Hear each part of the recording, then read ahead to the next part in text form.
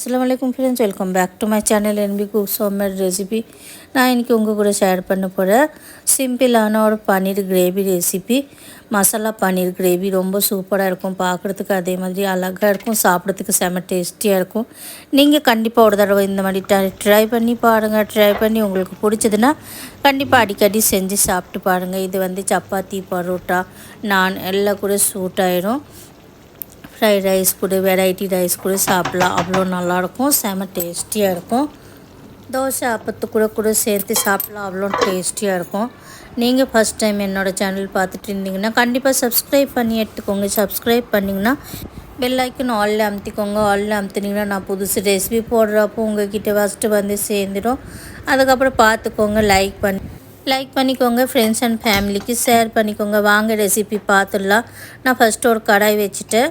நீங்கள் என்ன பாத்திரத்தில் செய்கிறீங்க அந்த பாத்திரம் வச்சுருங்க. கடாய், நான்ஸ்டிக் பேன் எது வேணும்னா நீங்கள் அதில் போட்டுக்கோங்க. அதுக்கப்புறம் பேன் சூடாகிடுச்சுன்னா ஆயில் ஊற்றிக்கோங்க.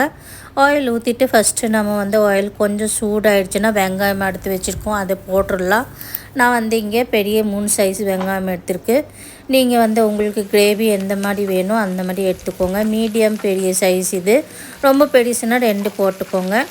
அதே மாதிரி பார்த்திங்கன்னா 3 தக்காளி நான் கட் பண்ணி மீடியம் சைஸில் கட் பண்ணி போட்டிருக்கேன். ரொம்ப பொடியும் இல்லை, ரொம்ப பெருசு இல்லை. கட் பண்ணி போட்டுட்டு கொஞ்ச நேரம் அது வதக்கலாம். கொஞ்சம் வதக்கிட்டு பச்சை ஸ்மெல் போயிடுச்சுன்னா ஜிஞ்சர் கார்லிக் பேஸ்ட் போட்டுக்கலாம். நான் இங்கே 1.5 ஸ்பூன் ஜிஞ்சர் கார்லிக் பேஸ்ட் போட்டிருக்கு.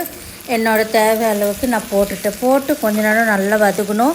ஜிஞ்சர் கார்லிக் பேஸ்ட்டோடு, இஞ்சி பூண்டு பேஸ்ட்டோடு கொஞ்சம் பச்சை வாசனை போயிட்டு நல்லா கொஞ்சம் வதக்கிடுச்சுன்னா கம ஸ்மெல்லு வரைக்கும் அது வரைக்கும் வதக்கணும். நீங்கள் உங்களோட கிரேவி எவ்வளோ வேணும் அந்த மாதிரி நீங்கள் கிரேவி போட்டுக்கோங்க. அதுக்கப்புறம் நான் இதில் கொஞ்சம் மசாலா சேர்த்துக்க போகிறேன்.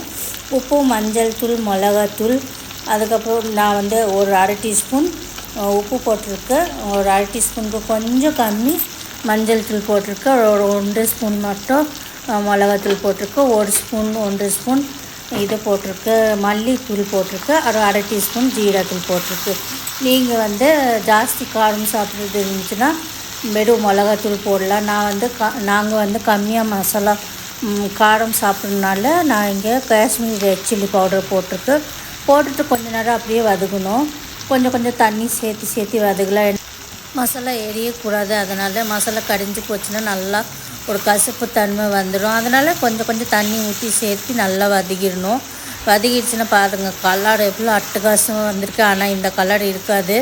நம்ம மசாலா சேர்த்து அரைச்சிடுச்சுன்னா அது ஒரு மாதிரி கலர் வந்துடும். இப்போ காஷ்மீரி ரெட் சில்லி போட்டிருக்கனால அவ்வளோ அழகாக கலர் வந்திருக்கு. இதில் நான் கொஞ்சம் மெலன் சீடு போட்டிருக்கு, ஆட் பண்ணியிருக்கு.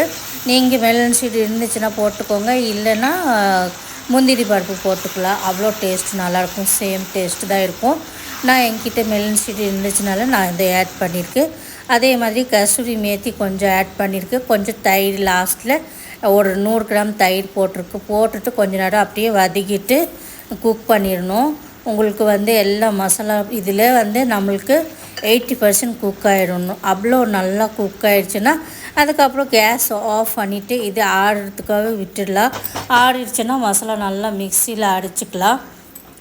தேவை இருந்துச்சுன்னா கொஞ்சம் தண்ணி ஊற்றி அப்படியே மூடி வச்சிடணும். மூடி வச்சிட்டிங்கன்னா நல்லா உங்களுக்கு மசாலா எல்லாம் குக் ஆகிடுச்சு, வெந்துடும். உங்களுக்கு ஒன்றும் பச்சை ஸ்மெல்லும் இருக்காது, அப்படியே நல்லா வெந்து வந்துடும். உங்களுக்கு மசாலா இங்கே கிரேவி 80% நம்மளுக்கு டன் ஆகிடும். இப்போ கொஞ்சம் தண்ணி ஊற்றியாச்சு. இப்போ மூடி வச்சிடலாம்.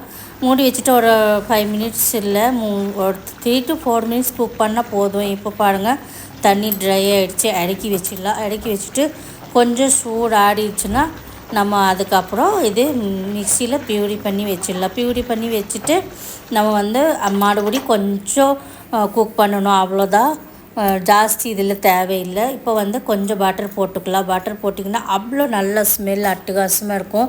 உங்கள்கிட்ட பட்டர் இல்லைன்னா நீங்கள் நெய் இல்லைன்னா ஆயிலில் கூட செய்யலாம், அவ்வளோ நல்லாயிருக்கும். நான் இங்கே ஒரு பெரிய ஸ்பூன் அளவுக்கு பட்டர் போட்டுட்டு எரிஞ்சு போகக்கூடாது. அதனால் கொஞ்சம் 1 ஸ்பூன் 1.5 ஸ்பூன் மட்டும் ஆயில் ஊற்றிட்டு கொஞ்சம் அப்படியே மெல்ட் ஆகிற வரைக்கும் நான் கொஞ்சம் அப்படியே மிக்ஸ் பண்ணி விட்டுட்டேன்.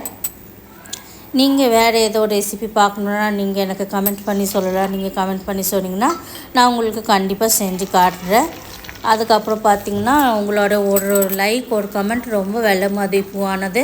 நீங்கள் கண்டிப்பாக லைக் கமெண்ட் பண்ணிக்கோங்க. இப்போ பட்டர் நல்லா சூடாயிடுச்சு. நான் ஒரு அரை டீஸ்பூன் ஜீரகம், ஒரு 2 பிரிஞ்சால், ஒரு 4-5 காஞ்ச மிளகா போட்டிருக்கேன். கலருக்காக இன்னும் கலர் கொஞ்சம் தேவை இருக்கும். அப்புறம் காரம் கொஞ்சம் கம்மி இருந்துச்சு, அதனால் காஷ்மீரி ரெட் சில்லி பவுடர் நான் மறுபடியும் ஆட் பண்ணியிருக்கேன். ஒரு அரை டீஸ்பூன் ஆட் பண்ணிவிட்டு கரம் மசாலா தூள் இதில் சேர்த்து ஒரு நிமிஷம் மட்டும் நல்லா வதக்கணும். கறியை போகக்கூடாது, அது வரைக்கும் வதக்கணும். அதுக்கப்புறம் வதக்கிடுச்சுன்னா அந்த பச்சை ஸ்மெல் மசாலாவோட போயிடுச்சு. ஏன்னா நம்ம ட்ரை மசாலா போட்டோம்ல, அதை கொஞ்சம் பச்சை ஸ்மெல் இருக்கும்.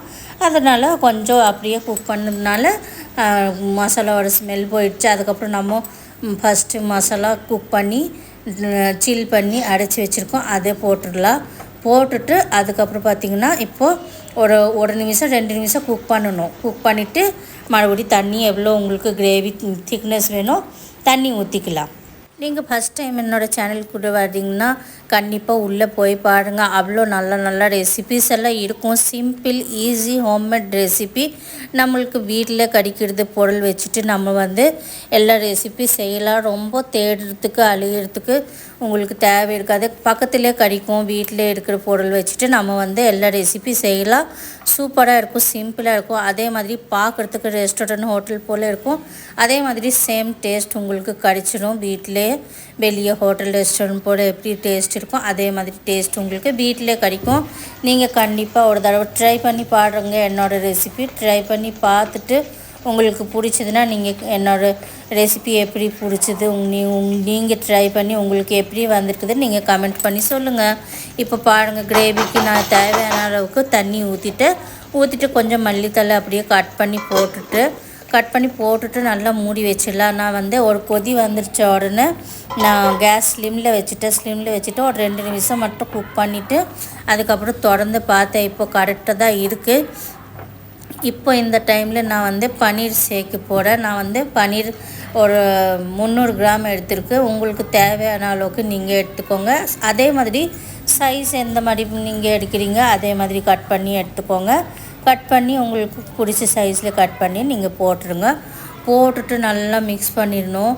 பன்னீர் நல்லா உள்ள கிரேவிக்குள்ளே அப்சர்வ் ஆகணும். அப்போ தான் உங்களுக்கு நல்லா குக் ஆகிட்டு வரும். அப்போ தான் சாப்பிட்றதுக்கு செம்ம டேஸ்டியாக இருக்கும்.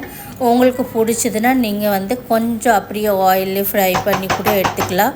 நான் சில டைம் ஃப்ரை பண்ணி கூட போடுவேன், சில டைம் பச்சையாகவே யூஸ் பண்ணுவேன்.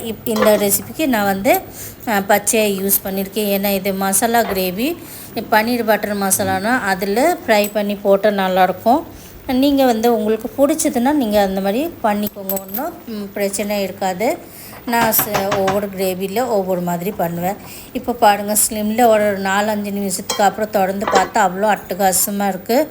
இப்போ பாருங்கள், ரெஸ்ட்டு விட்டுட்டு அதுக்கப்புறம் ஓப்பன் பண்ணி உங்களுக்கு 5 நிமிஷம் கழித்து ஆஃப் பண்ணுறதுக்கு 5 நிமிஷம் கழித்து உங்களுக்கு காட்டுறேன். அவ்வளோ அழகாக வந்திருக்கு. இப்போ சர்வ் பண்ணி உங்களுக்கு காட்டுறேன். சர்வ் பண்ணி எவ்வளோ அழகாக வந்திருக்குது பாருங்கள். நீங்கள் உங்களுக்கு பிளேட்டில் சர்வ் பண்ணிவிட்டு இது சப்பாத்தி, பரோட்டா, நான் எல்லாம் கூட சாப்பிட்லாம். தோசை, ஆப்பத்து கூட சாப்பிட்லாம். அப்புறம் பார்த்திங்கன்னா ஜீரா ரைஸ், நெய் ரைஸ் கூட சாப்பிட்டிங்கன்னா அவ்வளோ சூப்பராக இருக்கும், டேஸ்டியாக இருக்கும். நார்மல் ஒயிட் ரைஸ் கூட சாப்பிட்லாம், அவ்வளோ நல்லாயிருக்கும். நீங்கள் கண்டிப்பாக ஒரு தடவை ட்ரை பண்ணி பாருங்கள். ட்ரை பண்ணி உங்களுக்கு எப்படி ரெசிபி வந்துருச்சு நீங்கள் கமெண்ட் பண்ணி சொல்லலாம். உங்களுக்கு என்னோடய வீடியோ பிடிச்சதுன்னா நீங்கள் கண்டிப்பாக என்னோடய சேனல் சப்ஸ்கிரைப் பண்ணிக்கோங்க. சப்ஸ்கிரைப் பண்ணிங்கன்னா பெல் ஐக்கன் ஆல்ல அமுத்திக்கோங்க. அதுக்கப்புறம் பார்த்துக்கோங்க, லைக் பண்ணிக்கோங்க, கமெண்ட் பண்ணிக்கோங்க. ஃப்ரெண்ட்ஸ் அண்ட் ஃபேமிலிக்கு நிறைய ஷேர் பண்ணிக்கோங்க. தேங்க்யூ.